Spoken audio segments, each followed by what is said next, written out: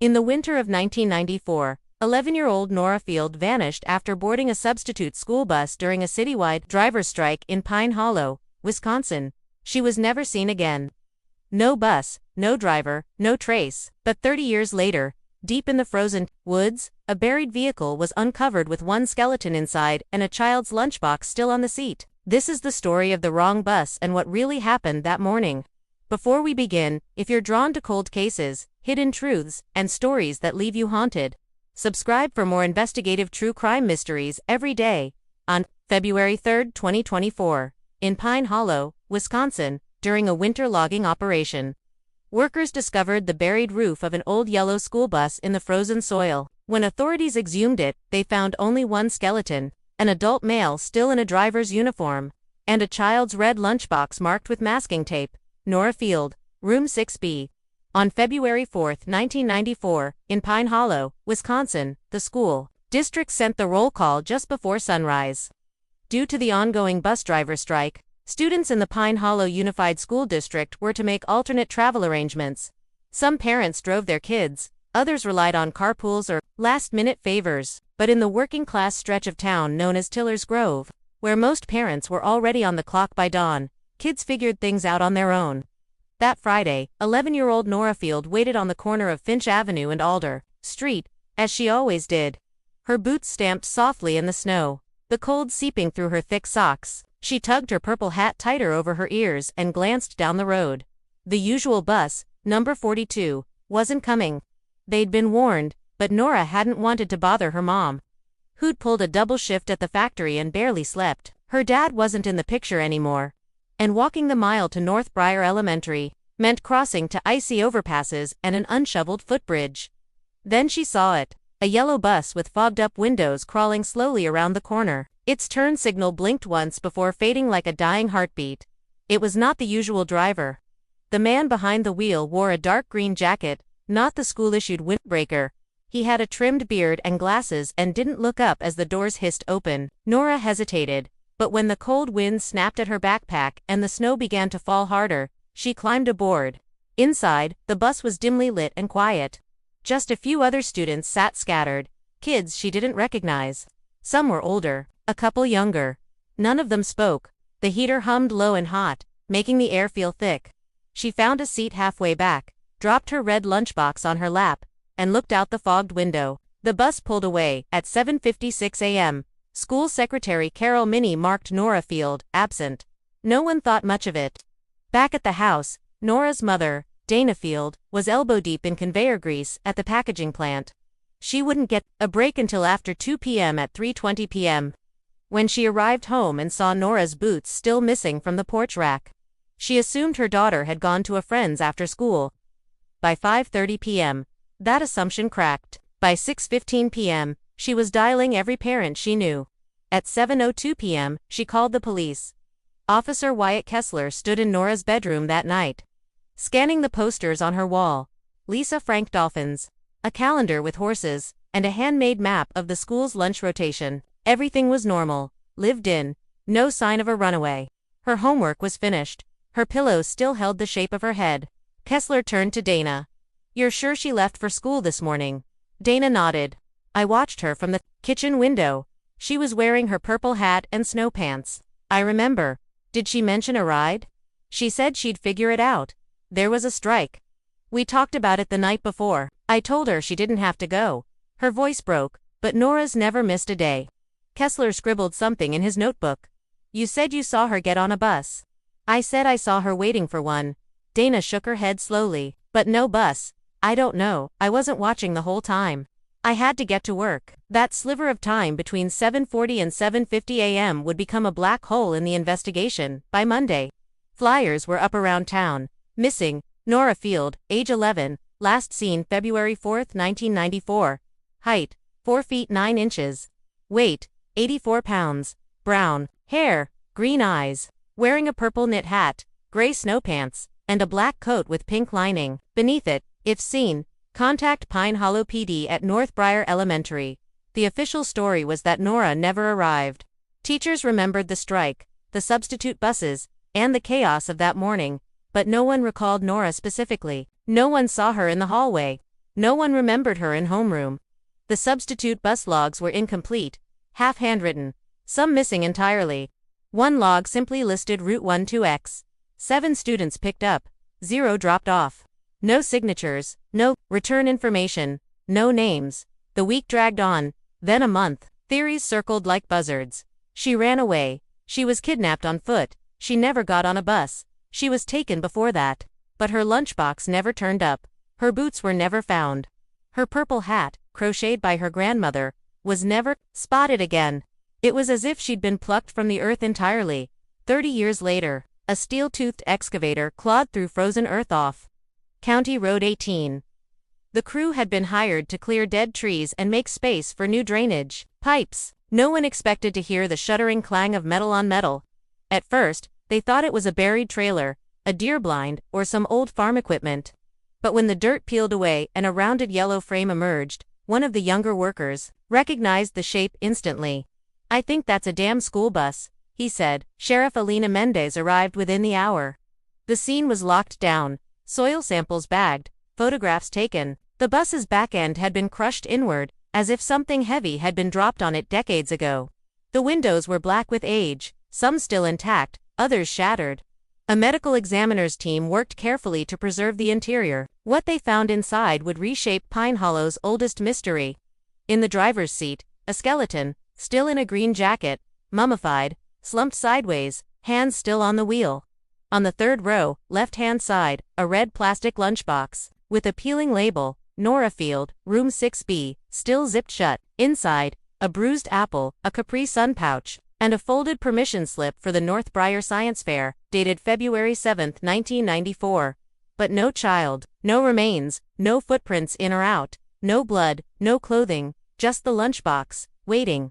On February 5, 2024, in Pine Hollow, Wisconsin, the bus had no license plates. The VIN had been filed down and partially torched, leaving behind only warped steel and the faint outline of a serial sequence that led nowhere. Sheriff Alina Mendez stood beside the vehicle's open side door, one gloved hand on her radio, the other clutching her scarf against the wind. It was 6 degrees Fahrenheit and falling. The heat from the crime scene lights shimmered like ghosts against the snow-packed trees. Inside the bus, the corpse in the driver's seat was now tagged and bagged. The remains had been carefully lifted by the medical examiner's team and transported to the State Forensic Lab in Madison. But the lunchbox, the red one, remained behind, sealed inside an evidence bag and held with reverence. Alina studied it for a long time before speaking. "Get me everything we have on the original disappearance," she said into the radio. "I want the full Nora Field file and find out who the hell was supposed to be driving substitute Route 12X that day."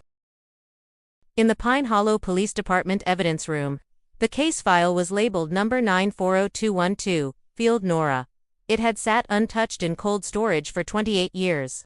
Detective Emery Pratt laid it out on the evidence table like an old photograph album, thick with statements, faded Polaroids, and typewritten reports. He paged through the original witness list, looking for anything that might point to the man behind the wheel of that buried bus. There was a section from February 1994 titled Drivers, cross-checked with substitute logs, February 3rd to 6th. Half the names had been underlined, all verified employees, but one was blank, Route 12X driver. Timeout, 7:43 a.m., students, 7. Estimated notes, did not return to depot. Driver not identified. Bus not signed out officially. Emery ran his fingers along the faded carbon paper. "Jesus," he muttered. He just took it. Back then, the strike had made everything chaotic. Dozens of parents offering rides. A handful of substitute drivers brought in from outside counties. No background checks, no digital logs, just hasty signatures and manual clipboards. Someone had taken advantage of the confusion and stolen a bus. On February 6, 2024, at the Madison State Forensics Lab, Dr. Marianne Coulter, a forensic anthropologist with 31 years of experience, pulled off her magnifier headset and scribbled a note, age approximately 50 to 60, sex male, stature 5 feet 9 inches to 5 feet 11, anatomy consistent with Caucasian male, time of death likely winter 1994, within 1 week of disappearance. Cause of death undetermined, suspected head trauma, clothing, green jacket, khakis, cracked leather gloves, no wallet, no ID, only unique item, a key ring with a single brass locker key marked J26. Emery stared at the photograph of the key. What's J26? Could be anything, Dr. Coulter replied. Locker, storage unit, apartment mailbox, but it's not issued, and it doesn't match any locker systems from the Pine Hollow district. Maybe he wasn't from Pine Hollow. They ran the dead man's dental records against state databases. Nothing. No matches in National Missing Persons. No fingerprint record. The bus driver, it seemed, had been a ghost. That same day, local news picked up the story. Breaking bus found in woods linked to 1994 missing child case. Headlines spread across Wisconsin.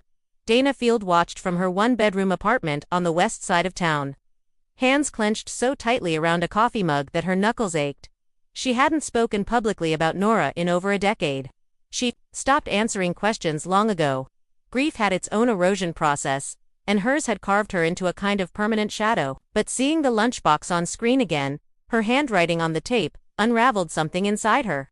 She picked up the phone and called the police. "I'm ready to talk," she said. In interview room B at Pine Hollow PD, Detective Pratt slid the photo of the bus across the table. "Is this the lunchbox Nora took to school?" Dana nodded slowly. "I packed it the night before. Peanut butter and banana sandwich." She said jelly made the bread slimy. He flipped to another image. "Do you recognize this man?" She stared at the corpse photo. Cropped, respectful, but unmistakably dead. "No," she whispered. "That's not any driver we knew. It's not Mr. Helberg. He drove Route 42. He wore a blue jacket with a badge. And what would Nora have done if a stranger pulled up in an unfamiliar bus?" She was trusting. Dana said quietly. She would have believed he was just helping, especially if he said he was covering the route. She wouldn't have questioned it. Nora would have gotten on. She didn't like making people feel bad. A new lead emerged. The locker key, J26. 3 days later, the key was matched to a now-defunct storage unit facility just outside Janesville, Wisconsin, 80 miles from Pine Hollow. The building had been condemned after flooding in 2003.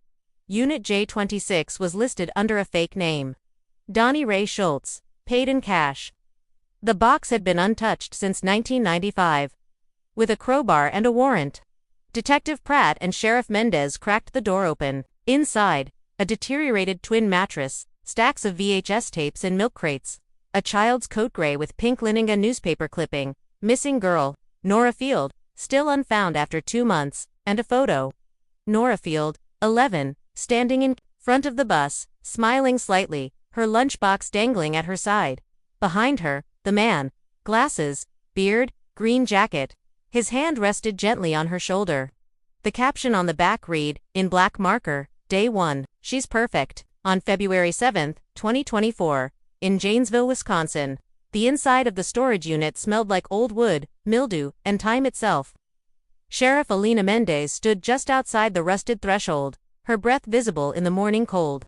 Detective Emery Pratt crouched near a stack of milk crates, each one labeled in black marker, Volume 1 to 20, Volume 21 to 40, backups. He didn't open them yet, not without gloves, not without backup.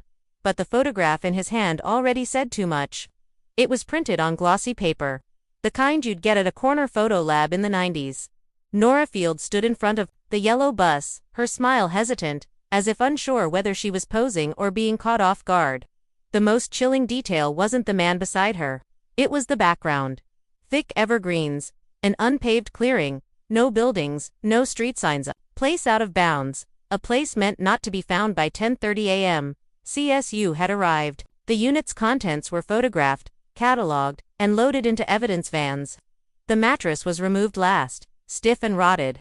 Beneath it, they found a flashlight with dead batteries, a spiral-bound notebook titled Sleep Schedule, and a small cracked plastic box containing 4 used cassette tapes. Each labeled with a single initial and a number, N1, N2, N3, N.4. They were transferred to a forensic AV lab in Madison for careful recovery. None were to be played until cleared by the DA and trauma support teams.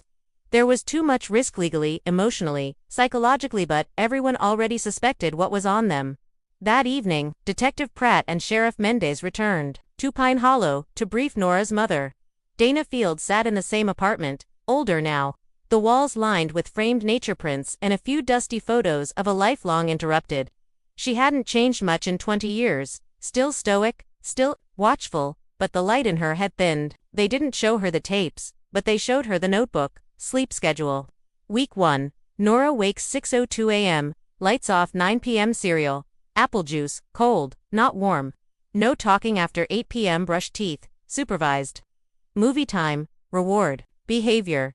Do not discuss parents. If questions persist, increase. Phase 2. Audio. Dana's hands trembled as she flipped through it. The entries were clinical, dispassionate, like a zookeeper tracking an animal's routine. Is this real? She asked, her voice cracking. Is this what he did to her? Emery's answer was quiet. We believe he took her to a remote location. This notebook confirms prolonged captivity. We just don't know for how long. She blinked hard, staring down at the page. How long was she alive? We don't know yet. Later that night, they played one of the tapes in a controlled environment, monitored by trauma experts. Tape number 1 opened with static. Then, okay, sweetheart, say your name for me. A pause. Nora. Louder. Nora Field. Good girl. Now say it the way I taught you. Nora Schultz. Then came silence, shuffling, a toy piano in the background. Remember what we said about Daddy? What does Daddy say? Daddy says the world outside is broken, and I'm safe here. The man had trained her, conditioned her.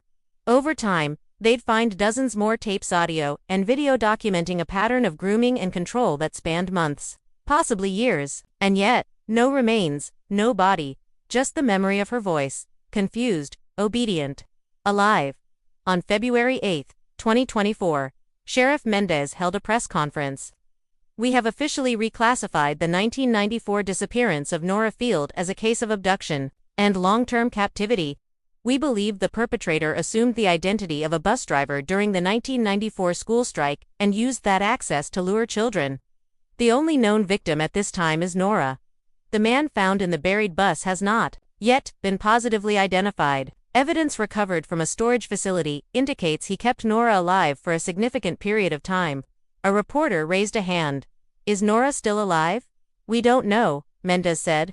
We hope so. On February 9, 2024, at the State Archives, Emery Pratt followed a paper trail through school transportation records, archived microfilm, and long-forgotten civil complaints. Eventually, he found it.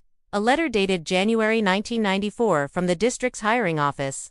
Subject, substitute driver applicants, strike contingency. One name stood out, scrawled in pen at the bottom, not typed like the rest, Donald R. Schultz. Address on file. Phone NA, cleared checkbox left blank. Emery stared at the name. Donnie Ray Schultz, alias used to rent the storage unit.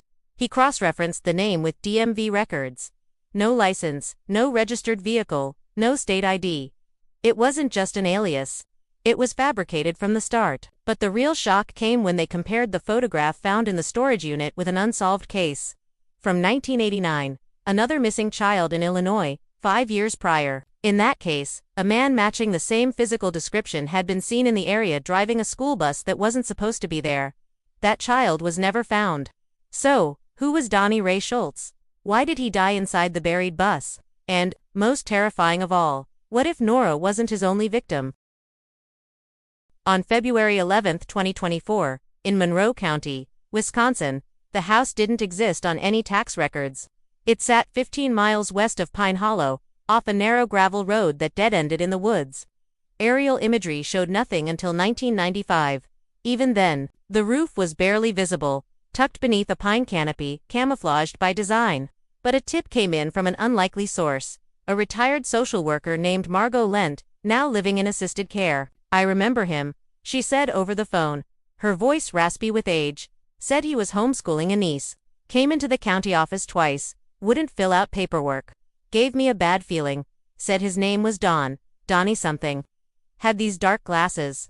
That little girl never spoke. When investigators asked why she never reported it, Margot said flatly, "No one believed me then. Maybe they will now." Detective Emery Pratt and Sheriff Alina Mendez arrived at the property by noon.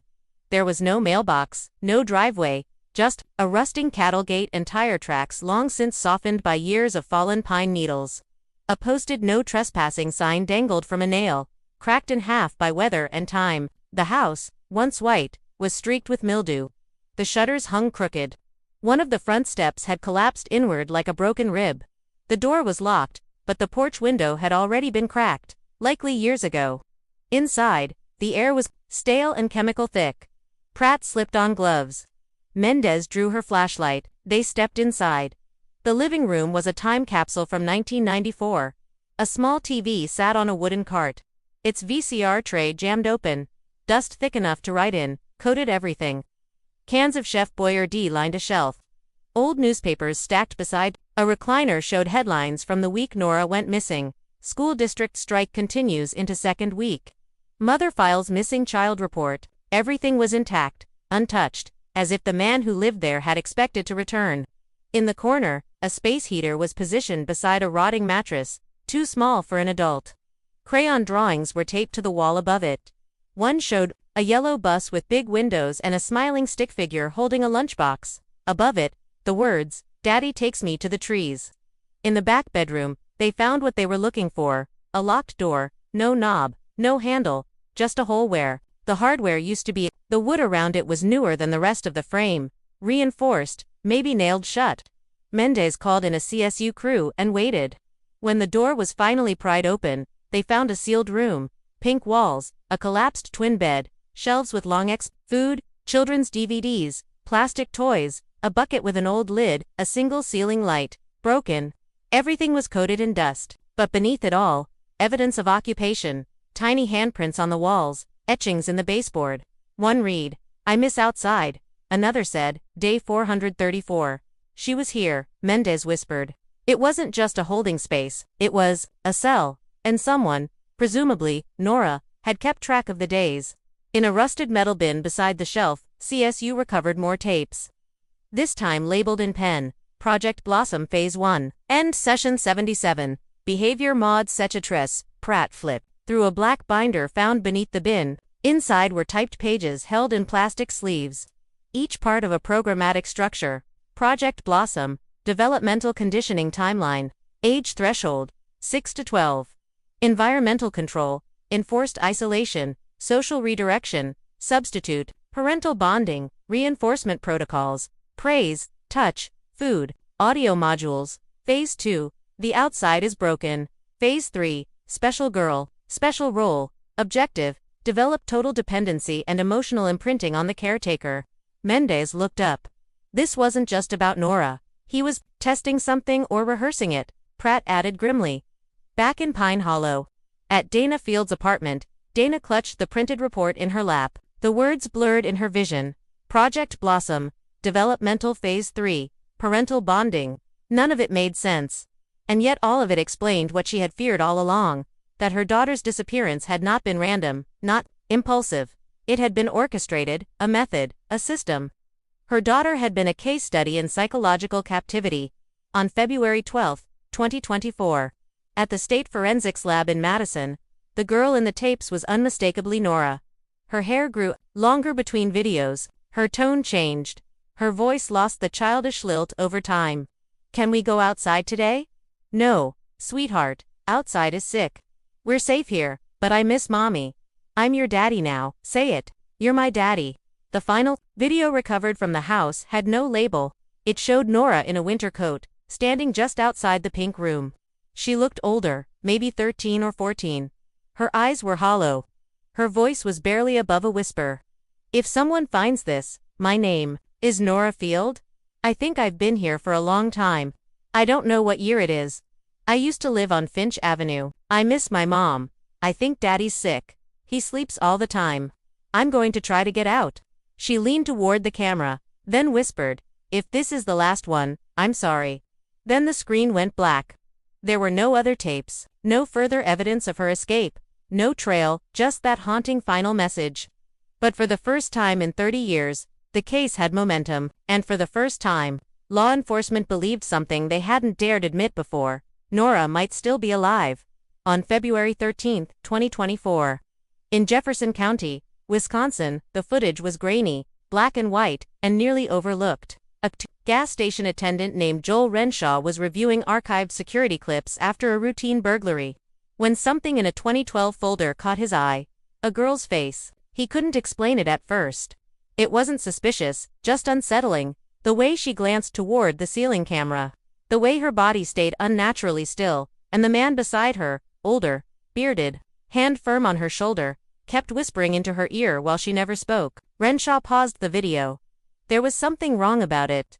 She looked young, but her eyes didn't match. Too quiet, too hollow. He clicked the timestamp. May 19, 2012.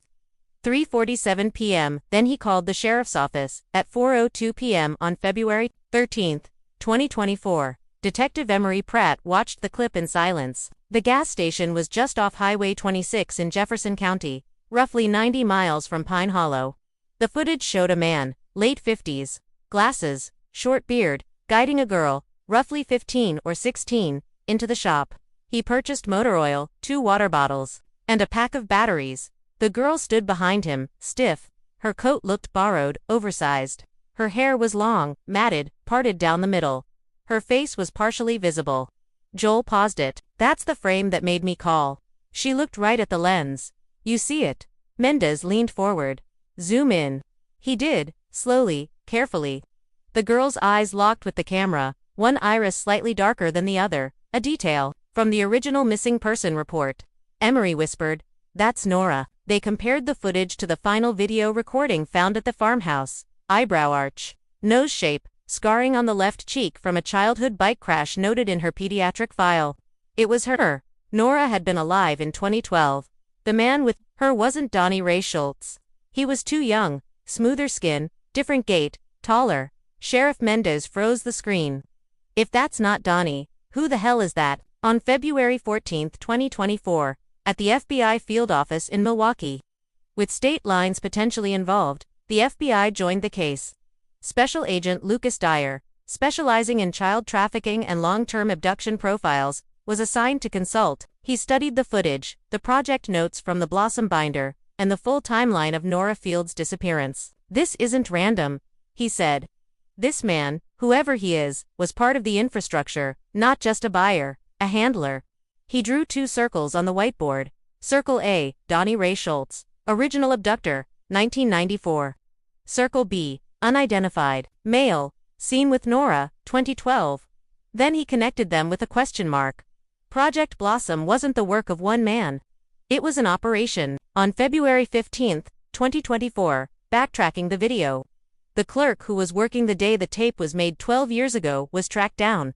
Her name was Leanne Dunley, now 34, living in Des Moines. She remembered them. He was quiet, protective, but not fatherly, like he was holding a leash, not a hand. I asked if the girl was okay. He smiled and said she didn't talk much. Leanne remembered one more thing. She had kept a piece of paper in a cardboard box in her basement, filed with old notebooks and receipts. Leanne found it, a receipt, left on the counter. On the back, scrawled in pencil, "If you read this, my name is Nora Field. Help me, please." The handwriting matched samples from Nora's elementary school. But the message had been missed, misplaced, buried for over a decade. It proved something else. She was still trying to escape. On February 16, 2024, a criminal pattern began to emerge. FBI analysts pulled national reports of missing or silent teenage girls seen in the company of older men between 2000 and 2015. A pattern emerged: remote check-ins, generic motel names, the same brand of prepaid gas cards, multiple girls, the same behavioral profile, silent, expressionless, compliant. In 3 separate cases, the man was described as having glasses, clean-shaven or with a short beard, polite, always paying in cash. He never used his real name. Alias confirmed, Kevin Willis. A driver's license in that name was fake, but it matched the man in the gas station video. On February 17, 2024, a van registered in his name was found at an impound lot in Kenosha County. A gray 1998 Dodge Ram van had been towed after sitting abandoned in a Walmart lot for 3 years. Inside were 16 empty water bottles, a mattress pad, a broken GPS device, and in the glove compartment, an old Polaroid photo. The girl in the photo was not Nora. She was someone else, younger, different hair, dressed similarly. On the back, written in shaky print, Wendy, 2006. Sheriff Mendez stared at the photo. "There's more of them." Pratt nodded. "He's not just transporting them. He's replacing them." On February 18, 2024, They didn't show Dana the footage, not the full thing. But they showed her the still of the girl staring into the camera. She stared for a long time. "That's her," she said quietly. "That's my daughter. Her eyes are the same." She began to cry. Not like a woman in grief, but like someone who had been drowning and just surfaced. "She's alive." She was alive. And then came the harder question. Where is she now? On February 19, 2024, at FBI HQ in Milwaukee and various states, the wall in the FBI operations room had become a map of ghosts. Red yarn stretched between cities. Pinpoints clustered around Midwest truck stops, bus terminals, and remote gas stations.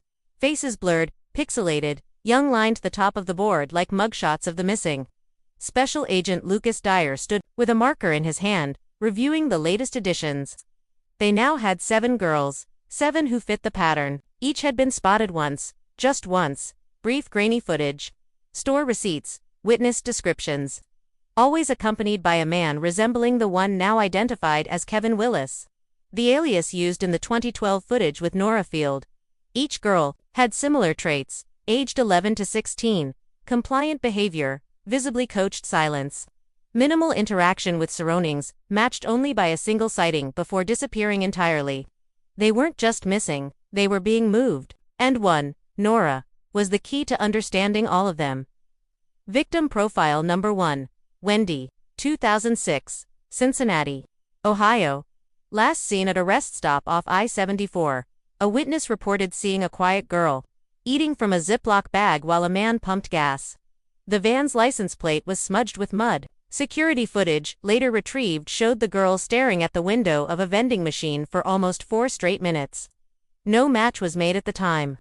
Victim profile number 2. Bree, 2009, Terre Haute, Indiana, appeared in a pawn shop. Surveillance tape with Willis. She attempted to write something on the glass countertop using her finger. Letters that looked like Bree before he ushered her away. Her face was recently identified through facial morphing as a likely match for Brianna Levington, missing from Kentucky since 2007. Victim profile number 3. Haley, 2010, Joplin, Missouri, seen on a motel check-in form, signed by Willis under the name Kevin Nash. The clerk remembered her because she didn't blink for an unnatural amount of time and wouldn't speak unless prompted. Later that night, the room was vacated, and a child's necklace was left behind under the bed. The other 4 names were still unknown, but one thing tied them together: a behavioral script. Dr. Monica Kerr, a trauma psychologist brought on to the task force, studied the footage and notes from Project Blossom. Her findings were chilling. These girls display signs of rehearsed obedience, memory fogging, and language minimization, classic markers of long-term isolation combined with reward-punishment programming. This was not incidental grooming. It was systemic reprogramming. She paused the footage of Nora's last known message, the one recorded in the pink room beneath the farmhouse. "If this is the last one, I'm sorry." Dr. Kerr looked to the team. She wasn't just documenting her life. She was following instructions. On February 20, 2024, an evidence update revealed that in the recovered materials from the Monroe County farmhouse, CSU uncovered a hand-drawn behavioral chart on laminated paper. Level system, Princess Room. Level 1, Quiet Time. Level 2, TV plus Storybook. Level 3, Outside Walk, if safe. Level 4, Special Reward. Level 5, Camera Time with Daddy. Each level required 3 gold stars. Each star had to be earned. Beneath the chart, in a child's handwriting, "I want level 5 today. I will do good." Special Agent Dyer stared at the evidence table. This wasn't just about captivity. It was conditioning for performance. On February 21, 2024, the search for Willis intensified. The alias Kevin Willis had been used for motel registrations in 5 states, a library card issued in Topeka, Kansas, no books ever checked out, and a storage locker rented in Des Moines, Iowa, found empty in 2019. The real Kevin Willis had died in 1992 in a boating accident in Arkansas. The identity was stolen. Every clue led to a dead end. Except for one. A pawn shop in rural Iowa still had surveillance tapes from 2011. On February 22, 2024, a breakthrough occurred. The footage was faint, but usable. It showed Willis pawning a digital camcorder. On the counter beside it was a case labeled Blossom 7, 2011, some final run. When agents retrieved the pond camcorder, the case was empty. But underneath, the foam padding, tucked between the seams of the case, was a torn corner of a map circled in red ink, Stillwater, Minnesota, and scrawled beneath it, Drop Site B. On February 23, 2024, mobilization began. Special teams were dispatched to Stillwater. Satellite images revealed an abandoned grain storage facility, closed since 1999. Located 2 miles from the main road, surrounded by tree lines and disused train tracks, with no listed ownership, no utility use, no paper trail. But for investigators, it looked exactly like the kind of place you wouldn't find unless you were meant to. And somewhere, possibly in those walls, Nora Field might still be alive. On February 24, 2024. In Stillwater, Minnesota, the grain silos rose from the frost-bitten earth like forgotten sentinels. Tall and rust-streaked, flanked by a corrugated warehouse and an access road barely wide enough for 2 trucks to pass. The property was officially listed as abandoned agricultural storage. Closed in 1999 after a pesticide spill. But satellite imagery showed something odd. Fresh tire tracks in the gravel, patterns too neat to be incidental. Someone had been coming and going. Quietly, Special Agent Lucas Dyer stood beside the lead tactical van. Binoculars in hand, eyes on the building's south entrance. Wind tugged at his coat. The air reeked faintly of ammonia and rot. Behind him, FBI units waited in silence, armed and armored. A cold rescue was the worst kind, risk of injury, contamination, environmental collapse. But they couldn't wait any longer. Inside that compound might be Nora Field or what was left of her. At 9:02 a.m., entry was initiated. The front door was chained but not locked with a key, just a rusted padlock hanging loose, a warning, not a barrier. 3 agents breached. The warehouse first, sweeping right. Dyer followed left. Dust coated everything. Rodent droppings peppered the floor. Machinery sat in rusted heaps, hulks of conveyors and grain augers.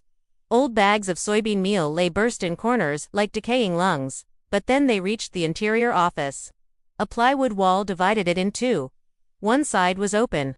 The other was sealed with a sheet of corrugated metal bolted from the inside. Near the base, a drawer-sized cutout, like a feed hatch. At 9:17 a.m., agents pried back the metal.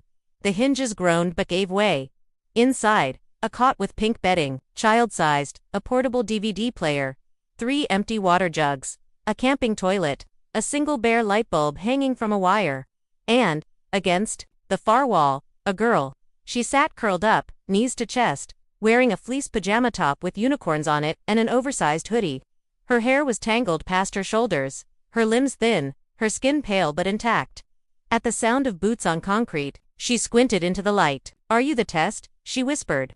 "My name is Agent Lucas Dyer," he said gently. "You're safe now." She didn't resist, didn't scream. She followed commands without hesitation, eyes flicking between officers like she was calculating how to pass an invisible exam. "Do you know your name?" one asked. She hesitated, then quietly, "Nora."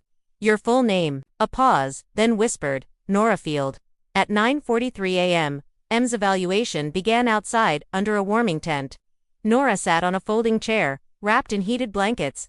A female medic crouched in front of her, checking vitals, asking soft questions. No visible injuries, signs of mild dehydration, malnourishment, mild hypothermia. No signs of restraint, just psychological damage. Deep, layered. She spoke in fragments. "Daddy said I was his star. We were rehearsing. Level 5 was the last test. If I got it right, I'd get to see the other girls." "Other girls," the agent repeated. Nora nodded. "They were in the videos." He said they passed already. The notebook recovered from the Stillwater site would later confirm. New star, Nora, age 17. Clean footage. Final shoot before trade-up. Windy model expired. Disposed 2013.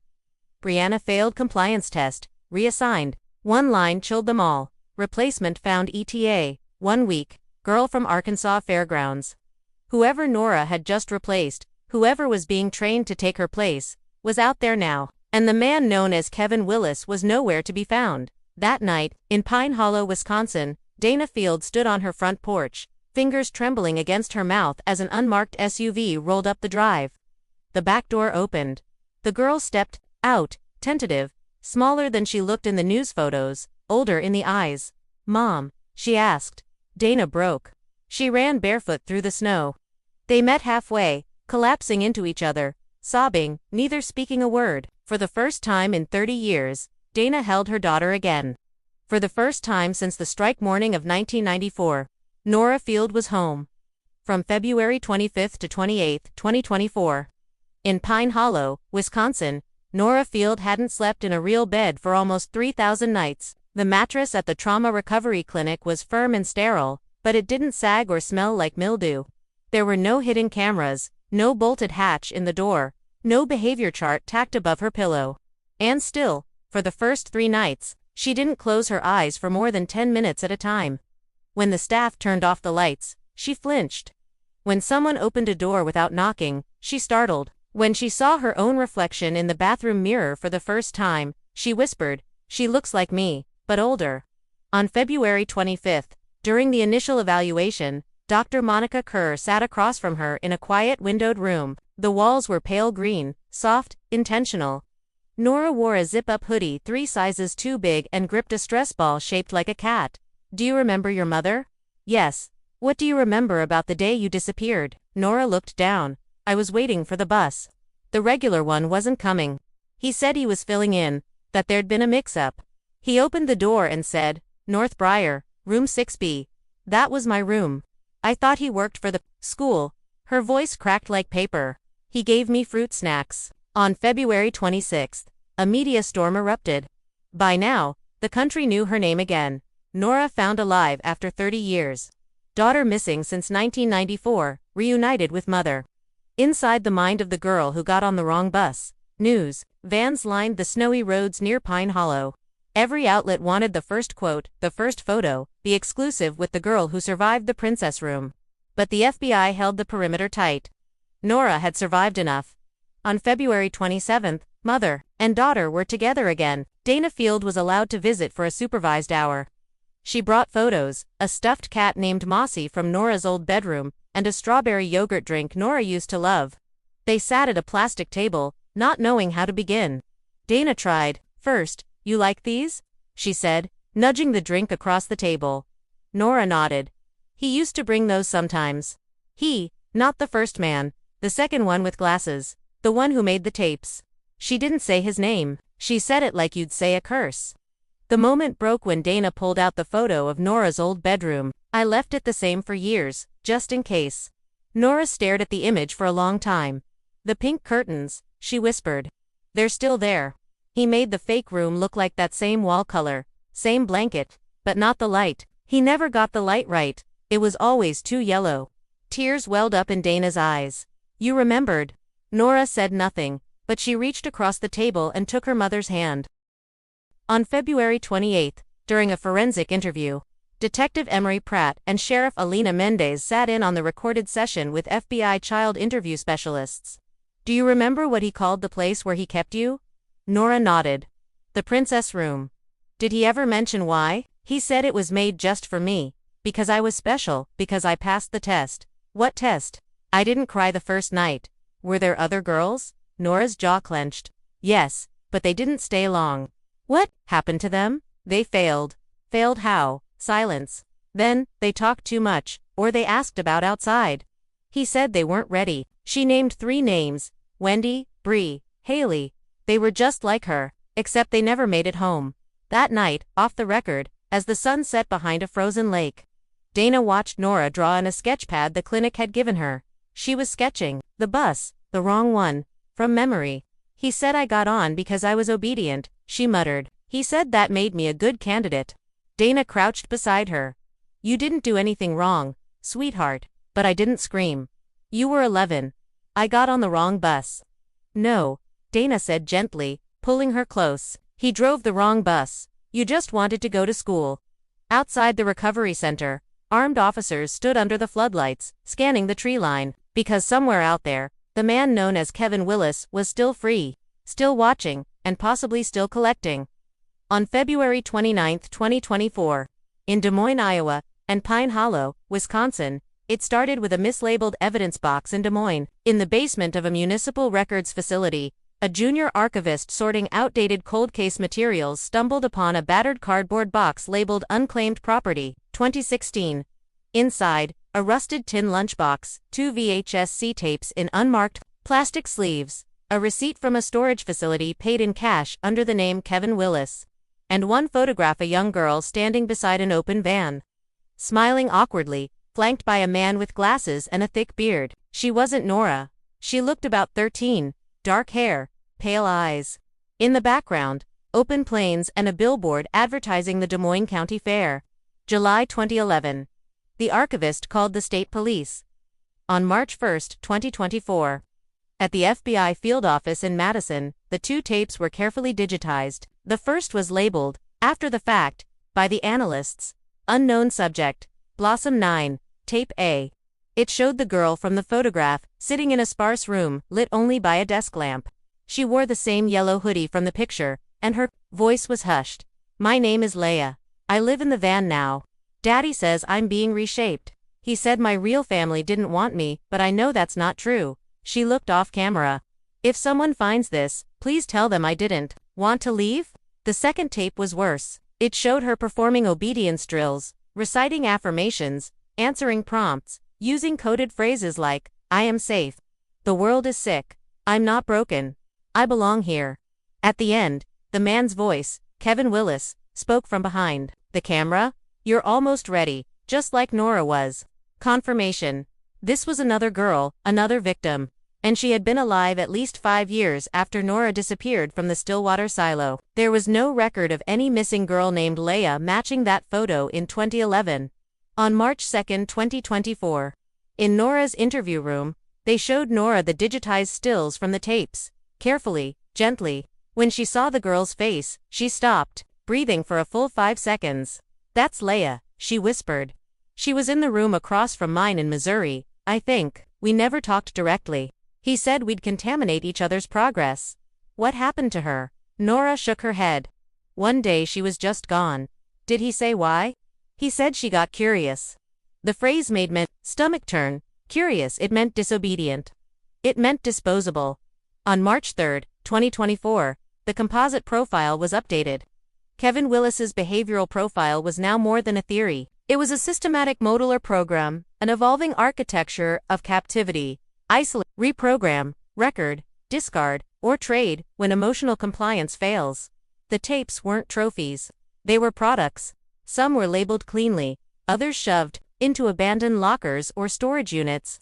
Those that didn't meet the final stage, like Leah's, were quietly left behind. On March 4, 2024. In Nora's drawing room, she was sketching again.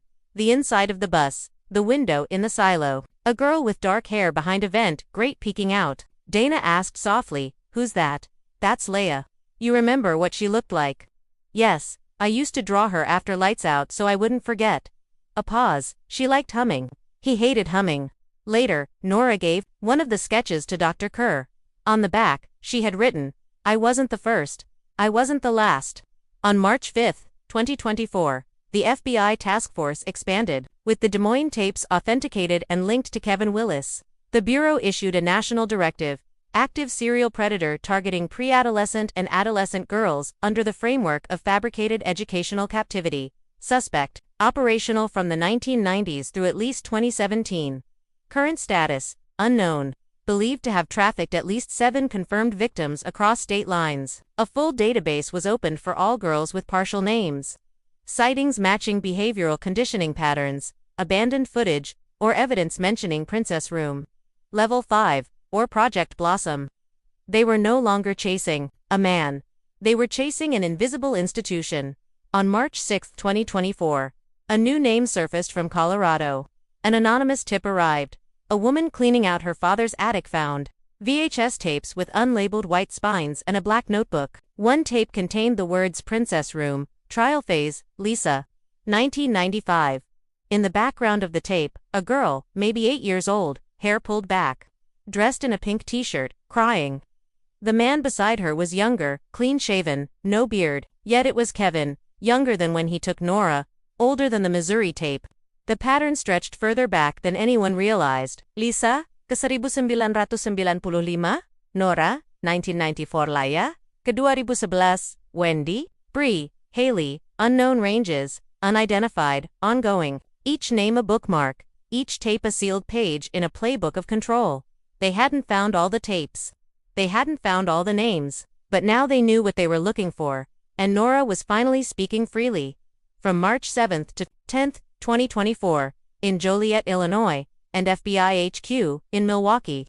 The sting began with an encrypted email routed through an overseas server. The subject line read, "Interested in educational media, private auction, March 10th, warehouse only." An undercover agent embedded in an online trafficking forum flagged it instantly. The language matched phrases used in coded circles: education, room themes, compliance demonstrations. These weren't lectures. They were tapes. And the location: a rented commercial warehouse in Joliet, Illinois, 2 hours south of Pine Hollow. The invitation promised anonymity, private viewing rooms, and rare Blossomline cassettes available to highest-tier donors. Blossom, the word again, the same twisted name from the notebooks, from the videos, from the room Nora had nearly died in. This wasn't just one man. It was a distribution network. On March 8, 2024, warehouse surveillance began. The building looked like any other: gray concrete, shuttered bay doors, no exterior signage. Inside, it had been renovated. A narrow front room with security cameras and a check-in desk, private booths with small monitors, headphones and card readers, rows of locked filing cabinets, and a rear area with 2 loading docks perfect for moving product in and out, unseen. The FBI task force planted listening devices and camera feeds. Over 48 hours, they captured 5 men entering with no identification, exchanging code words. Tier 2 clearance: "I'm interested in solo Blossom sets. Any 2010s left?" One phrase froze the room during playback. "Got anything? Like the Nora girl?" On March 9, 2024, identification was confirmed. Facial recognition flagged 2 of the attendees: Alan Robichaud, a registered teacher fired for inappropriate conduct in 2006, and Gerald Fessler, a former IT technician at a private charter school. Both had sealed records linked to prior child abuse investigations. Neither had been convicted. They had returned, confident, comfortable, because no one had ever stopped them. On March 10, 2024, at 9:03 p.m., buy-in night, a disguised FBI agent entered the warehouse. He was escorted to a booth and offered a digital menu: Level 1, Classroom, Early Obedience Routines; Level 2, Princess Series, Dress Theme Rooms, Chorty Seat; Level 3, Reward Footage, Emotional Imprint, Bonding, Archival, Legacy. Nora, Wendy, Bree, Lisa. The names were right. They're marketed, sold, categorized like products. The agent selected Archival and was shown a grainy video preview. Nora, age 12, in the pink room, sitting cross-legged, reciting phrases. "My name is Nora. Daddy said I'm ready now." The agent gave the signal. 32 agents moved in within minutes. At 9:19 p.m., the warehouse raid began. Screams echoed as buyers tried to flee. Dozens of hard drives were seized, filing cabinets ripped open. A back closet held a stack of DVDs labeled with dates and cryptic symbols: 6B Final, Balundi Scratch Copy, B3 Liza Leia Transfer Session, Nora Compliance V3, Watch This One. That last one had a red sticker. When agents reviewed it later, it was labeled Top Donor Cut. At 10:41 p.m., arrests were made. 11 men were taken into custody. 4 had previous charges that had been dropped. 1 was a licensed foster parent. 2 had been active in online education communities. 1 was a retired school administrator. They had passed background checks. They had organized parent-teacher conferences. They had been hiding in plain sight. On March 11, 2024, Nora's reaction was recorded. They didn't show her the footage, but they told her what was found, what had been done with the tapes. She didn't speak for a long time. Then, slowly, she said, "He told me if I did it right, they'd all want me. And they did," she whispered. "That's the worst part." Dr. Kerr sat with her afterward, quietly.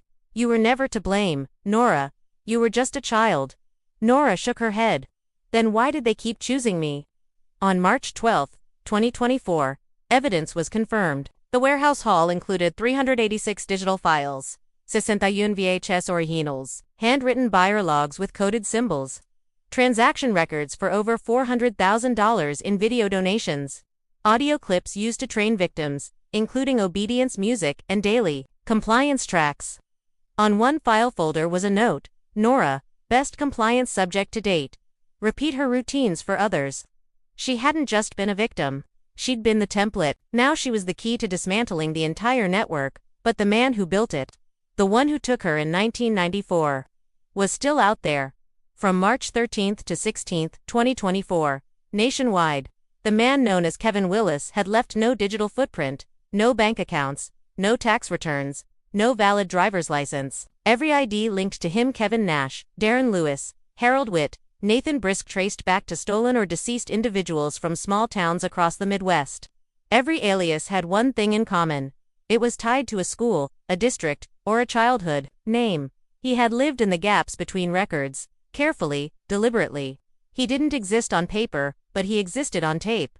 On March 13, a forensic timeline was constructed. Agent Lucas Dyer and Sheriff Mendez worked alongside FBI analysts to reconstruct the timeline using footage from the Joliet warehouse and tapes recovered in Stillwater, Des Moines, and Colorado. 1994. Nora. Pink Room begins. Nora becomes primary subject. 1995. Lisa first signs of scripting obedience through repetition. 2006. Wendy. Video reveals changing production methods, scripted lesson sequences. 2009. Brianna. Use of fake educational settings. A chalkboard in the background reads, "Today's lesson, be quiet." 2011. Laya control peaks. Emotional blunting observed. Longer clips. 2017. Unknown. Unfinished tape labeled F-22 replacement trial. Girl unidentified. Footage cuts mid-sentence. By 2017, he had fine-tuned a system of recruitment, obedience, and disposal. But something disrupted him after that. He vanished. On March 14, Nora remembered something new. In a quiet session with Dr. Kerr, Nora spoke slowly, eyes unfocused. He didn't always look the same. What do you mean? He had faces. He used wigs, facial hair, even voices. Sometimes he'd call himself Mr. Harlan. Sometimes, Coach. Once, he made me call him Principal Jack. Kerr wrote furiously. Did he ever say his real name? Nora hesitated. Only once, when he thought I was asleep. She leaned forward, whispering. I heard him say, "Don't forget who you were." Eldred. A rare, outdated name, the kind you don't hear often anymore. Dyer ran it through the new database of persons of interest and dormant aliases. One result pinged. Eldred K. Halverson, born 1963, deceased on paper, Montana. On March 15, a field investigation in Montana led to a graveyard in Carbon County. A small headstone reads, Eldridge Halverson, 1963 a 1965 died at 2 years old, wrong age, but when they pulled the birth certificate, it had been altered in 1993. Another trail led to a shuttered elementary school in Park County, Montana, closed in 1992. One staff photo from 1991 included a man labeled E. Halverson, custodian. The man in the photo matched Kevin Willis. No beard, younger, wearing janitor blues, smiling, watching. On March 16, case realization hit. He'd been working inside school systems custodial jobs, substitute driver lists, maintenance rosters, in rural districts where oversight was minimal, where background checks were handwritten or forged, where kids remembered a friendly face who brought them candy, who knew their teacher's name, and the bus from 1994. It wasn't stolen. It was decommissioned by the district 2 months earlier but never picked up from the yard. He drove it because no one was looking. He was the perfect ghost. Later that night, in Nora's room, she sat, up in bed. I had a dream. What was it? Dr. Kerr asked. I saw him again, older, watching me through a fence, but he wasn't angry. What was he? Smiling, like he knew I still belonged to him. She shivered, but he's wrong. Final field report excerpt. Subject Kevin Willis. True identity believed to be Eldred Halverson. Operated a decades-long multi-state captivity and conditioning network using educational pretext and psychological compliance scripting. Currently at large, believed to be aged 60+, capable of disguise, mobility, and continued targeting. His victims were isolated, reprogrammed, and filmed. Nora Field was not the only one, but she may be the last one we ever recover alive. One file remained unopened. It arrived anonymously, sent to the FBI's digital intake line at 2:43 a.m. on March 17. Subject: Nora wasn't yours to save. Attached, a still frame from a new video. Nora, asleep in the Stillwater room.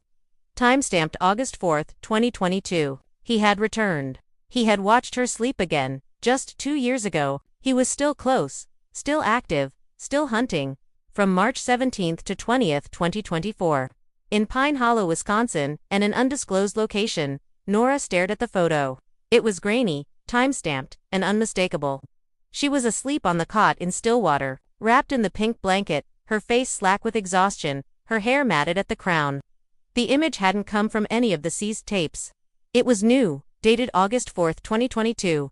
She'd been 15, still in captivity. The lighting matched the silo chamber, but the angle was wrong, higher, tilted, taken from the vent near the ceiling. Someone had watched her 2 years ago. And that meant one thing: he had come back.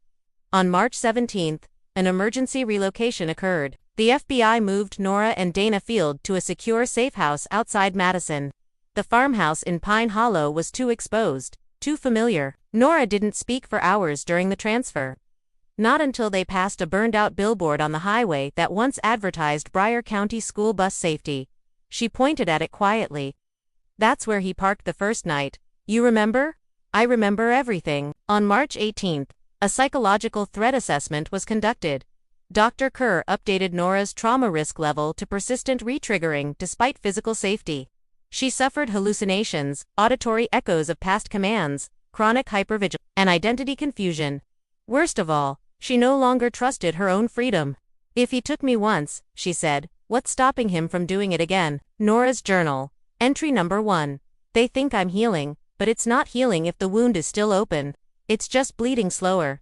I dreamt of the pink light again, not the room, just the glow. I was inside it, like a fog. I couldn't tell what was real. Maybe that's the point. He said I was his forever, and sometimes I still believe him." On March 19, the investigation narrowed. The anonymous email that delivered the photo pinged from a server farm in Spokane, Washington. The address was scrubbed, but metadata revealed a fingerprinter sequence of encryption that matched other Blossom tapes. Whoever sent it had access to the same devices or was the original creator. It wasn't a threat, it was a reminder. He still sees her as his. On July 3, 2024, in Pine Hollow, Wisconsin, at an undisclosed location, they held the vigil on the 30-year anniversary, not a memorial, a homecoming. A tent was pitched near Pine Hollow Elementary, where Nora Field had once waited in her jacket and snow boots for a bus that never should have come. People brought candles, flowers, signs. Dana stood beside her daughter, fingers interlaced, as the local news broadcast quietly from the edge of the crowd. There were no speeches, just silence. And then, a single photo of Nora, age 11. Taken the day before she vanished, projected on a sheet strung between two. Nora stood under it. This time, she didn't flinch. The investigation remains open. The FBI confirmed over 17 tapes tied to the Blossom conditioning program, but the full number of victims is likely much higher. The man believed to be Kevin Willis, real name potentially Eldred Halverson, remains at large. He is now considered one of the most elusive and dangerous serial predators in American history. Interpol and Homeland Security are involved, but the trail is faint. Nora lives in protective relocation now. She takes art therapy courses. She draws every day. Sometimes she sketches the room, the pink glow, the narrow bed. Other times, she sketches other girls not as victims, but as they should have been. Wendy, smiling in a library. Lisa swinging in a backyard. Leah holding a balloon in the middle of a state fair. She draws them as free. From Nora's journal. July 3, 2024. There are days I forget he's real, but then I see a girl on a corner waiting alone, and I remember. Not everything that looks like a bus is a bus, and not everyone driving it is trying to take you home. Final message from Nora to the public. If someone promises you safety but takes your name, your words, your light, that isn't safety. That's a cage. I didn't get on the wrong bus. He drove the wrong one, on purpose. I'm not a victim anymore.